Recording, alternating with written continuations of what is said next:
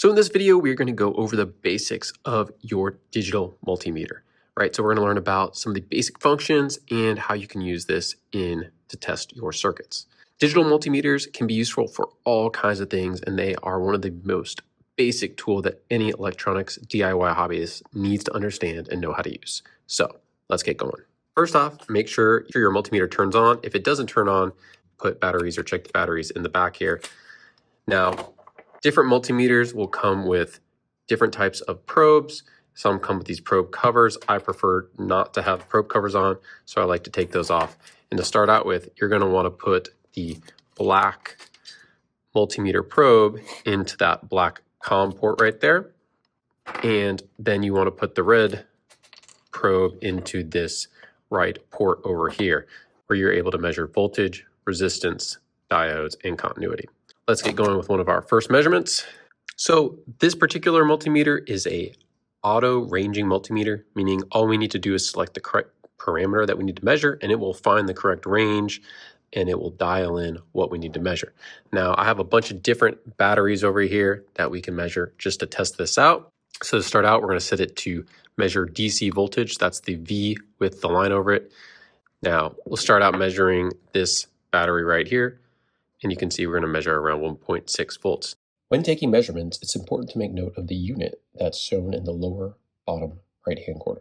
So like this battery right here should read about 1.6 or 1.5 volts if it was fully charged, but you can see it has lost a lot of its charge and it's no longer good at that level. Even AAA, you might think because this has a smaller package than this, right? Here we can measure 1.6 volts, but let's see what we measure with this small AAA battery. Oh, about 1.6 volts. Right, so even though this battery is smaller, the voltage isn't smaller. The amount of chemical energy that's stored in this battery is smaller than this very large battery. So while they're both producing the same amount of voltage, this one will be able to produce the same amount of voltage for a much longer time. Now that's a little bit different with our 9-volt battery here. As you can guess, our 9-volt battery should measure around 9 volts. Now whenever we go to measure voltage, now I've gone ahead and attached my 9-volt battery to this connector right here. Now you can imagine we should measure around 9 volts when we go to measure this. And there we go. Now we want to make sure we attach the black lead to the negative side of our battery and the positive lead to the red side of our battery here. Now if you were to switch that around, for instance on this 1.5 volt or 1.6 volt battery here, if I attach the leads to this D-cell battery in the opposite polarity, if I put the black lead on the positive end of my battery and the red lead on the negative end of my battery, you can see I still get the same voltage, but there's a negative sign in front of it. And that's telling me that my probes are reversed, right? So the only difference is you're going to get that negative sign that you see on the meter right there. Now the next function we're going to show off is the resistance function. So if we turn our multimeter to that capital Omega, which is the symbol for resistance. As I come in and measure this resistor right here, you can see that I'm measuring around 0.98 kiloohms or around 1,000 ohms of resistance. Now when I connect just these two probes together, what you'll see is a very, very small measurement of resistance. Right, in this case, we're looking at a few ohms of resistance between the two probes right here. Now the next setting we can use on our multimeter is the diode testing. And you see that this both does diode testing and continuity, which you look up here to set to the diode test mode right now. If I come in and take an LED, which is a light emitting diode, I have my black probe on the short leg of my LED, and I put my red probe on the large leg of my LED. I will measure the voltage drop of that diode. You actually notice it does turn on. The LED does turn on when I do that. And so that's measuring the forward voltage drop of the diode. Now a more common function that you'll use in this mode is called continuity.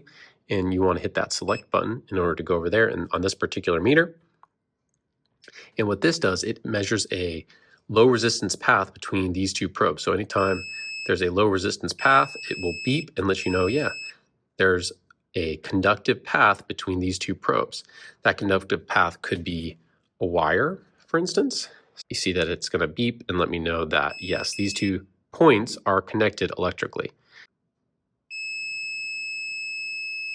You could do the same thing on a breadboard. If you want to understand how 2 points are connected, these 2 points right here are electrically connected. In order to do that, you do have to push pretty hard in order to touch those electrical contacts within the breadboard, but that's the idea. An easier way to do that would be to add 2 jumper wires onto my breadboard via these jumper wires to understand that, yes, these 2 points are connected to each other on the breadboard. So the next thing we can measure with our multimeter is current. And so what we're going to do is set our meter to milliamps of current, but we also, in this mode, have to change the probe input jack location. So we need to move the red probe over here. And you can see that's indicated right here by the milliamps microamps. So anytime you're measuring current, you're going to have to move that multimeter probe into the new port. In order to test this, we're going to need to build a simple circuit. And one easy way to do that is to take a LED, put that on your breadboard. Make sure to note that the long leg is going to be on the top of your board, the short leg on the bottom of your board. And take a resistor here, and you are going to connect that into the same row as your LED. So this resistor and this LED are sharing a row. Now, in order to get current to flow through the circuit, we're going to need some sort of supply or voltage. And the easiest way to do that is to use your 9-volt battery connector.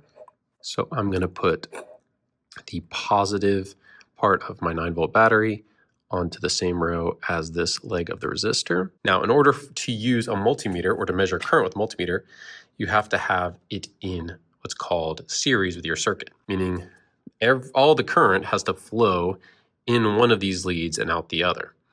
All right, so if you have the red properly hooked up into the row as your resistor, and you can make good electrical connection with this probe on the LED leg, then if you touch the black lead of your battery, you'll notice we get the LED to light up and we get a current measurement. In this case, 6.86 milliamps of current are passing through my circuit right now. Now, if I remove my probe, that turns off the circuit because current isn't flowing unless I complete the circuit with my multimeter right here. Now, if you have trouble holding on to the probes, you can put your lead here, push pretty firmly into that breadboard and make a connection that way, right? So I'm just pushing and making connections into my breadboard and getting our LED to light up there. Right, just make sure you have this probe into the same row as your LED. Just to get another look at that, I've put the probes into the breadboard, and that way I can show you the electrical connections a little clearer. All right, that covers the basics of multimeters. Now, if you want to learn more, I go into a lot more detail in the next video. So check out the next video in the playlist and hope you enjoy learning about electronics.